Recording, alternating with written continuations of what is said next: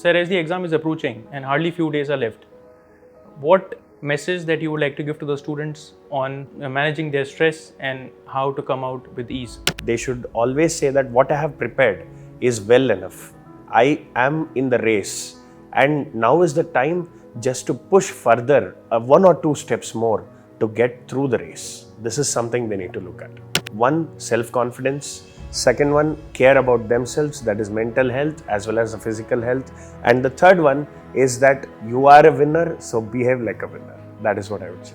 What I would suggest is keep your basics strong, right? Keep your basics strong. So how much ever they twist and turn using the current affairs, you are still able to logically deduce to an answer, right?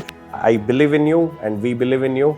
I hope in great numbers, aspiring candidates and the candidates who deserve will be in the list.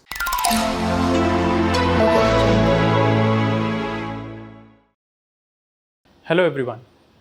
As the exams are approaching, students across the country are gearing up. But beyond books and revision, what one often needs is words of encouragement. Today I have with us Suhas Sir, who is an eminent faculty at VisionIAS. Sir will be guiding us on what can be done in the last leg that is left for the exam. Welcome, sir, to our session.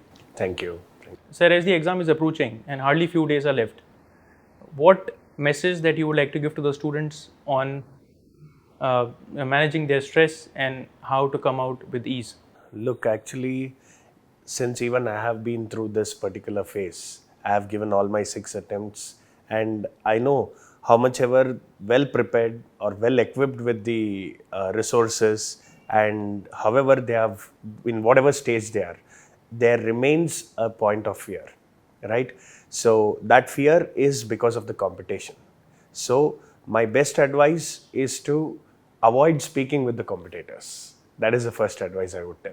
And secondly, to control that amount of panic or to control that amount of anxiousness, one should actually also look at two things: keeping their mind calm, that is like to be done with saying this to themselves, that they should always say that what I have prepared is well enough.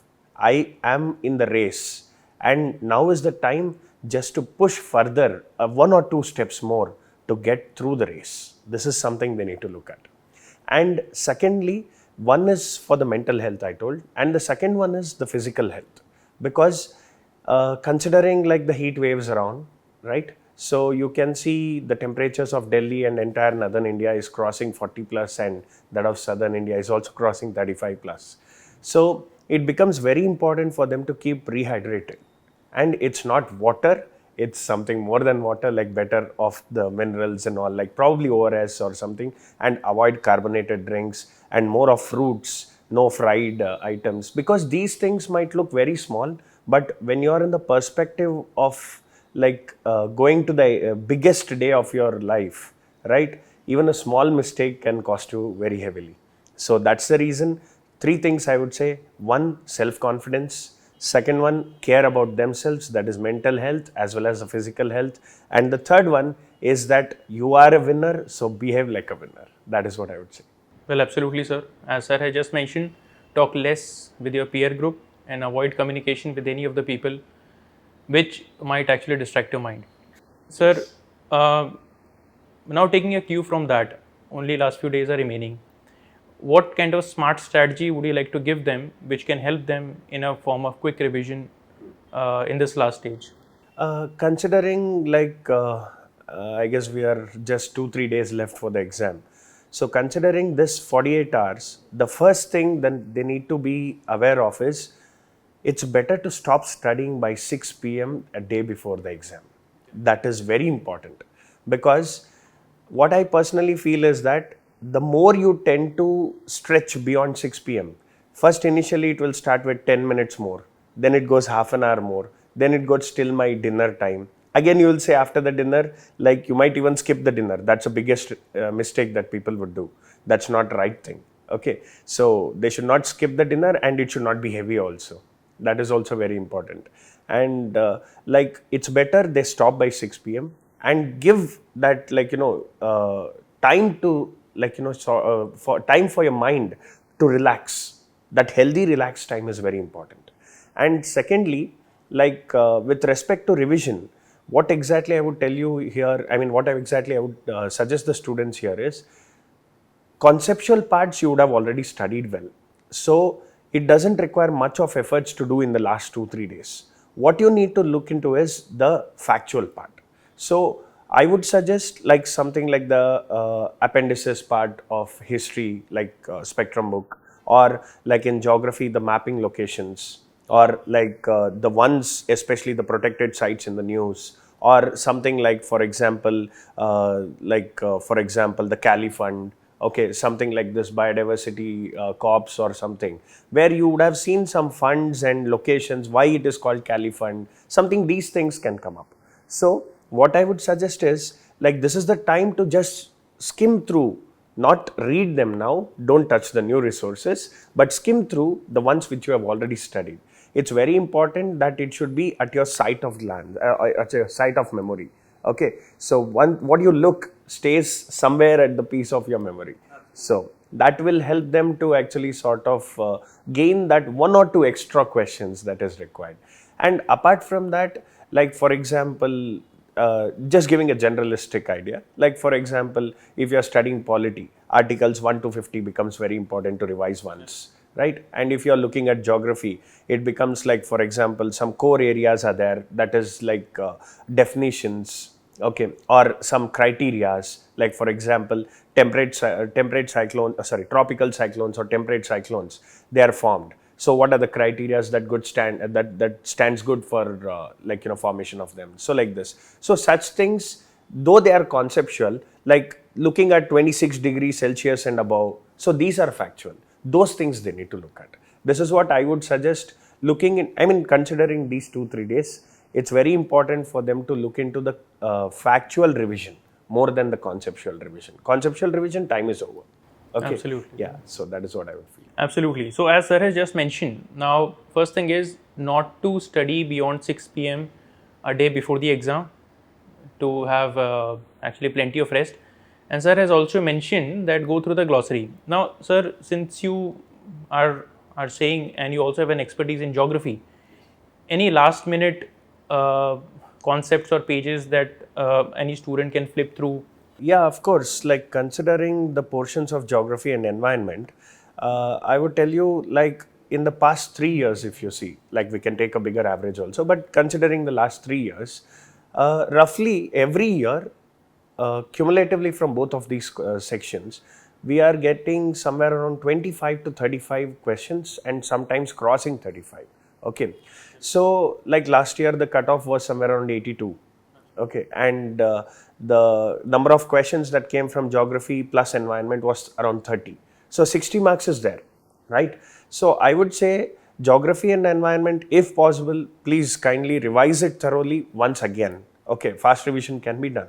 Otherwise, if not, I would suggest some portions where there is literally a high voltage or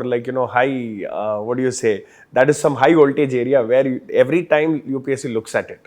Okay, so in geomorphology, probably you can look at the plate tectonics as one, and also you can think about the earthquakes, volcanism, and further, especially more than this, I would also suggest UPSC has several times asked this part, the topography, the landforms. Okay, like they would ask you which of the following landforms belong to the fluvial topography or karst topography, or which of them are erosional landforms, which of them are depositional landforms.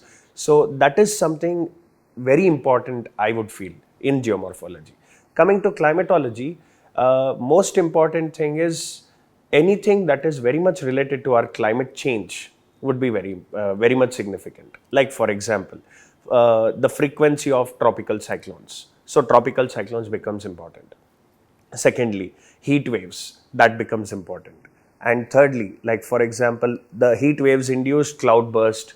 Okay, like for example, the floods, that is almost the near flood condition in Bangalore, right? So all these like cloud burst and different types of rainfall, all these are one segment in the climatology that actually can be potential areas. But more than this, Nevertheless, I would always say the climatic classification of the world, right? So equatorial type of climate is one favorite zone of UPSC.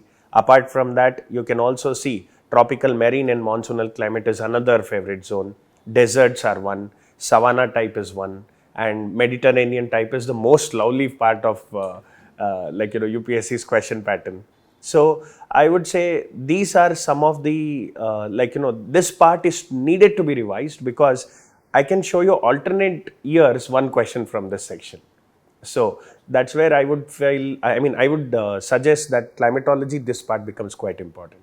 And like oceanography also, considering the climate change related impacts on the oceanography, so it becomes quite important for them to know the names and directions of the ocean currents. So this is something I would suggest. And coming to the next part, that is human geography and economic geography, resource distribution. And of late, there have been some factual questions like which country produces how much, right? So that ways, some specific minerals like maybe critical minerals, right? Rare earth elements, or iron or gold, because the gold prices are surging, right? Silver. So because EV and everything uses silver. So these, if they are looking into the top 3 producers and where India stands in production and reserves, this should be good. But if they have done this before, then they can do it. But now I wouldn't suggest them to read it new, afresh. And Indian geography is mostly map-based locations. Absolutely. So what I would suggest is Indian geography is something they need to identify the places, like for example in PD 365. If we cover some topics that is like, Western Ghats region, or let us say Himalayan region, if there are some crisis and we are focusing on that, then those places, the geography of it becomes important. That's where they would ask the questions. So this is how mapping would be very important in Indian geography, especially rivers, and I would say rivers is most important. So that is what I would say about geography. And coming to environment, the major misconception in the market is they're asking too much of current affairs questions. No. They are asking basics from the current affairs. Okay. So what I would suggest is keep your basics strong, right? Keep your basics strong. So how much ever they twist and turn using the current affairs, you are still able to logically deduce to an answer, right? So like for example, if I say, if they are asking regarding some biodiversity conservation, okay, so if your basics are very strong with respect to how it is conserved, how India has been able to conserve since past so many years, like decades of efforts and all those things, then any changes, even if they are making in the terms of the statement saying that this was amended, that was amended, you can actually identify whether this makes sense to our core objective of conservation. So that ways, with your guessworks become better. Guessworks are not something blindly you shoot in the air. It's something when your core is strong, then you can analyze, okay, if I make this change, will it actually support the core objective of the conservation or the core objective of the topic? If yes, then go ahead. That guess might work. The chances of getting it right will be higher.